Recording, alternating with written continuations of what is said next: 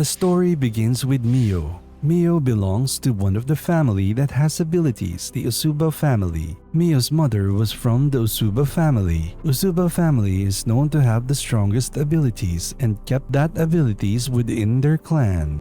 But Miyo's mom had no choice but to marry a member outside their clan, the Saimori family, to save the Usuba family's business problems. Miyo's grandfather refused this idea, but her mom agreed to the marriage without the head of the Usuba's consent. The Usuba family has the abilities to read mind and control anyone and a lot more. The Usuba family abilities are used to subdue other gifted users who step out of the line. In this world, if you have abilities, it means you're an elite. Unfortunately, Miyo's mom died when Miyo was very young. Her mom also sealed Miyo's abilities. Miyo's abilities is a gem. It is very rare and strong. Her mom sealed her powers away so that her powers can't be used by the Saimori family. That will make the Usuba family useless. The government will start to rely on Saimori family using Miyo's abilities instead of the Usuba family. One of Miyo's power is to go to someone's dream and control and brainwash them. It can also cure someone who's under the spell from the monster they call grotesquerie. Miyo's dad married another woman after suspecting that Miyo doesn't have powers. Miyo's stepmom gave birth to a child, Miyo's sister Kaya. When her dad tested Miyo and Kaya to verify their abilities, her dad discovered that Miyo doesn't have any abilities. Well, that's what they thought because the Usuba family's abilities are tested differently, not the usual way of the other families test their abilities. You can think of the Usuba family like the Uchiha clan. They are very rare and strong, and because of what Miyo's father learned, he started to forget Miyo and neglected her at a very young age. Miyo was treated like a slave by her sister and stepmom. For them, she's an embarrassment, but despite all that, she remained respectful and kind. Miyo lives like a servant despite being a part of an elite family, while her sister Kaya enjoys all the perks of being an elite. Miyo endured all that until she reached the ripe age to enter the elite's arranged marriage. Miyo was close to Tatsuishi family's youngest son, Koji Tatsuishi.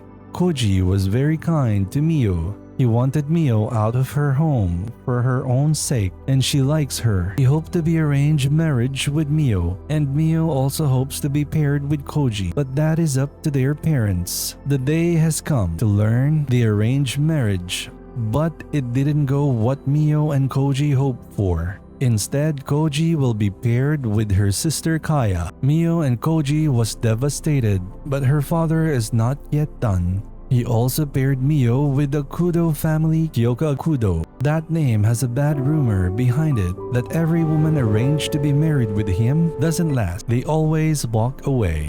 Miyo was instructed to pack her belongings and will be leaving first thing in the morning to Kyoka Kudo's house. She went to Kyoka's home and was greeted by Yuri. She's the servant of the Kudo family. Yuri is very happy meeting Miyo for the very first time. Yuri, for some reason, she was delighted to introduce Miyo to his master. Miyo, first time seeing her husband-to-be, she finally felt something positive in her life. Her fiancé explained to her that she must obey at all times no matter what. Miyo respectfully agrees. Kyoka was shocked to Miyo's response. For Miyo, this is a beginning of her new life, far from the abuses she endured from her family. Yuri explained to her that the rumors circulating about his young master is false. She explained that his master has a kind heart and a sweet temperament. Miyo noticed that she was given a luxurious bed. She was expected to be insulted and kicked out right away, but that didn't happen. Miyo thinks that Kyoka agreed to the marriage because he thinks she is gifted. She remembers that she is the only one that has no abilities in her family, having no abilities at a very young age. She was constantly reminded that she is useless. Hana, a home servant, is the only one showing care for Miyo when she was young. Unfortunately, she was fired on the spot when she helped Miyo from the abuses she's getting from her stepmom and sister.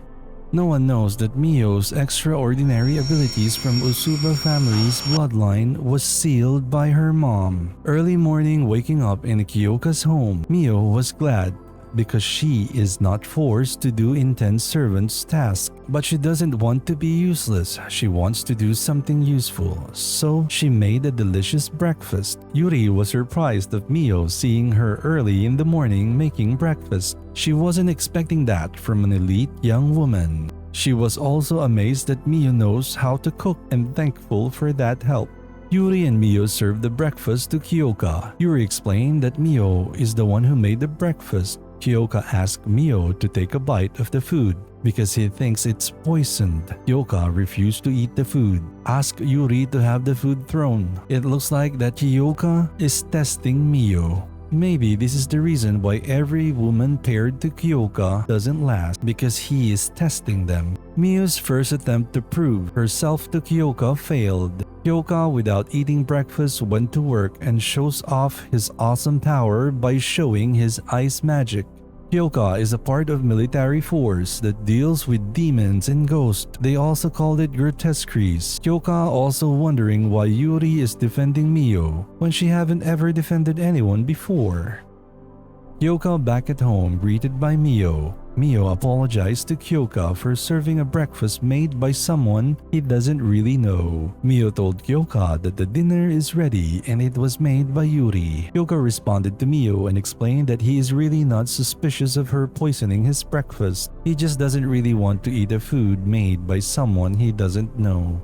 Kyoka asked Miyo why is she always apologizing and asked her to stop apologizing at all times. He also asked Miyo why aren't she eating. Miyo explained that she doesn't have an appetite. Kyoka thanks for the meal and Miyo wants to prepare his hot bath, but Kyoka shows off again by telling Miyo that he has the ability to manipulate fire. Miyo thinking again that she has no abilities. After taking a bath, Kyoka apologized to Miyo about not eating the breakfast she made and asked her to make the breakfast the next day. Kyoka also told Miyo that she could use a hot bath. Miyo now starting to think that Kyoka is a kind man. Miyo will try to make breakfast again and she really wants to impress Kyoka. Early in the morning, Miyo preparing breakfast. Yuri arrived early. Miyo explains that she was asked by Kyoka to make breakfast for today. Yuri was very happy. Miyo served the breakfast to Kyoka and joined him too. Kyoka liked the breakfast. Miyo cried because she received a compliment. All she was getting from her family was mockery and insult. Was very happy that things are starting to look brighter.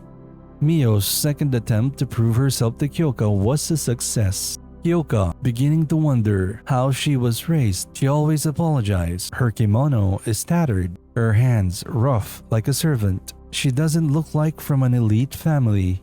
She's thin and sickly.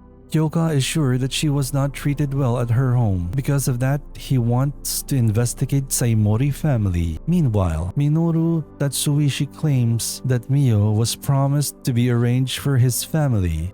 Minoru was desperate for Miyo's bloodline and the Usuba bloodline. Things are about to be intense as Miyo's abilities are starting to unfold. This anime has an excellent story and animation level. Currently, it has 12 episodes. Just don't forget to prepare a tissue before watching, because this anime is a tear-jerker. I'm sure you will enjoy it. You can watch this anime at Netflix and Bilibili.tv. Well, that's it for today. Have a good one.